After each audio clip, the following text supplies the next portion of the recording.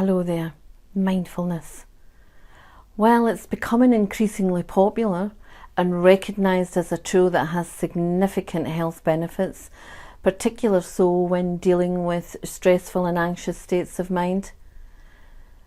At the core of mindfulness is awareness. So practicing mindfulness helps us to become more aware of our internal world of thoughts, our feelings, bodily sensations, our emotions, even our own needs. Applying mindfulness to focus on our inner world, it can be really challenging for some people. We've all got busy lives, constantly have demands placed on us from outside ourselves, family, children, other people, friends, work colleagues, social media, traffic, emails, as an example. And you'll be aware that your mind never switches off. Your internal mind talk or inner voice, inner critic or troublemaker, whatever you call it, that can keep negative thoughts locked in, playing them over and over like a broken record. This incessant negative mind talk can focus our attention like a vicious cycle. That vicious cycle of unhelpful thoughts, forcing us to become anxious and worry unnecessarily, or even become a fortune teller. We're catastrophising about something that might happen in the future, but the future's not here, and we don't live in the future, but people worry about the past and the future. But when you practice mindfulness, you're fully present in the moment and aware of the sensations in the body.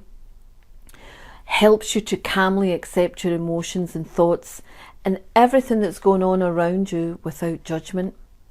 Takes practice, but when you become familiar with this practice, you will learn when it's helpful just to acknowledge a negative thought and let it drift by, not hold on to it.